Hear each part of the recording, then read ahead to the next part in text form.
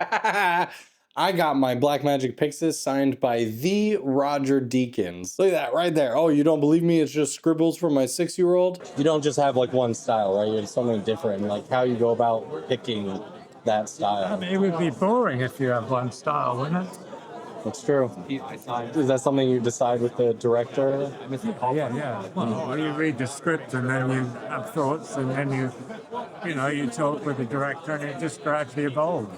Boom! Sorry, I shouldn't rub that in people's faces. I was just really excited at Cine Gear to meet him. Nice, good people. But today we are actually talking about a Blackmagic mod update. If you haven't watched the previous 2 videos I've made, let's get you up to speed in like 30 seconds here. So the Nexus G1 project essentially takes a Blackmagic Pocket 6K sensor, the Super 35 version, not the full frame version, and rehouses it into this custom mod case. But it's really become so much more than just that. Because the funny thing is when this project first started, we didn't have the Blackmagic PYXIS. So we all just wanted a box style camera of a Blackmagic camera. But once we got the PYXIS, it was like, okay, well, of course, I'm just gonna go first party, buy straight from Blackmagic. Why would I take a chance on this kind of random box mod? But then about 6 months ago, we got this huge update where it still very much is a box, but boy, does this almost look like the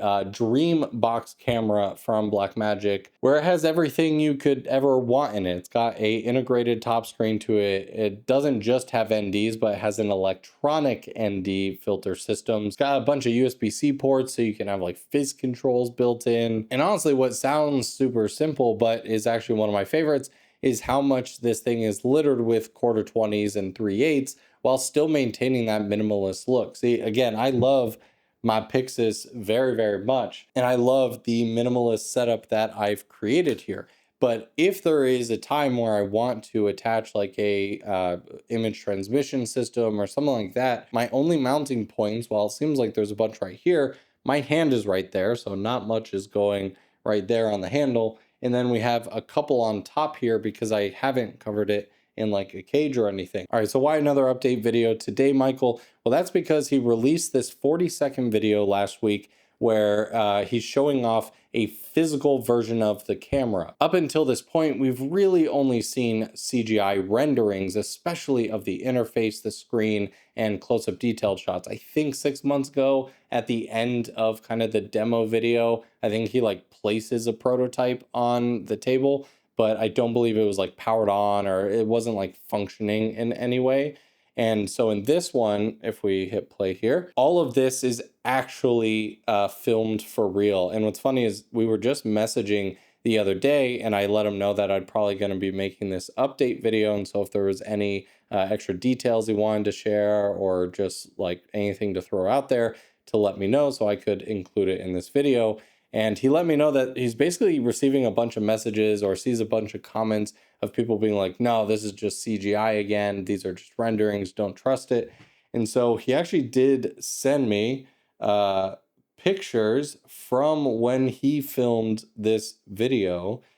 And so I'm going to throw these up on screen right now, but let me take a look at them again. So it's just a handful of pictures, but you can clearly see that he's done a good job matching the style of his CGI videos with like the black background with like the blue accent lights to give it kind of that vibe. But you can see these are filmed, funny enough, on another Blackmagic, probably a 6K Pro or another 6K. But yeah, everything you are seeing in this 40 seconds is real. And the biggest thing that he's showing off here is the user interface. And this I thought was a really bold move. In some way, he's essentially overriding their menu system, at least from what I can tell. I don't know if we go to this top part here. So for example, right here in the top left, those 3 little lines, that's obviously the deeper menu system. I'm curious to see if when you hit that, probably going to be Blackmagic's full menu system. I'm guessing. That's just a total guess. I probably should have asked that question. So speaking of updates, I want to talk about some updates with Artlist. Now, I've been using them for years now, and of course they have an expansive catalog for music and sound effects. And over the past couple of months, we've also seen them venture into the new world of AI image and sound generation. Well, those tools have gotten some pretty significant updates. Now, the first one that I've been using a ton of is image to video. Now, sometimes you don't want to generate an image straight from scratch or just a prompt. Now you can actually upload a still photo and it's going to recommend a command, or you can make a command adjustment yourself, and it's going to spit out an AI version of that photo. Now, the sky's the limit in terms of use cases for this, again, with storyboarding, fun social media posts. Now, the other tool that I really want to test out here is their new voice to voice feature. I'm going to do that by making a voice note on my phone here. So before, what you would do is type out a prompt and then choose the style of voice that you want for a voiceover. But now what you're able to do is do a voice recording, upload that to Artlist, still pick out what voice you wanted to turn into. But now, because you're uploading a voiceover that you've actually recorded, it's going to be able to match your tonality, your cadence, and all that good stuff, and properly implement that into the AI voiceover. Man, I wish I had tools like this in my commercial days. That's crazy. It's crazy. And that was just recorded on an iPhone. If you did like a studio recording, this would probably sound so much better. I love the control over this because I'm actually still really bad at AI prompt and describing exactly how you hear it in your head. So being able to literally just read off a script or talk in a way that you want an AI voiceover to come across is really, really cool. Artlist, stepping their game up. Check them out in the link in the description. On this custom top screen here, we are getting a full custom designed layout. And he has done a great job. Look at that. Look how similar to Blackmagic's menu system this looks, but optimized perfectly for this custom screen. Because remember, this is not the main screen to the camera. There's another 5-inch monitor, which is the 5-inch monitor taken off of the 6K camera, put in a housing. This is just for quick access to menus. But look at what we got here. So we have we have quick access to the different codecs, to the frame rates. It looks like on the right-hand side, we even have like lens information.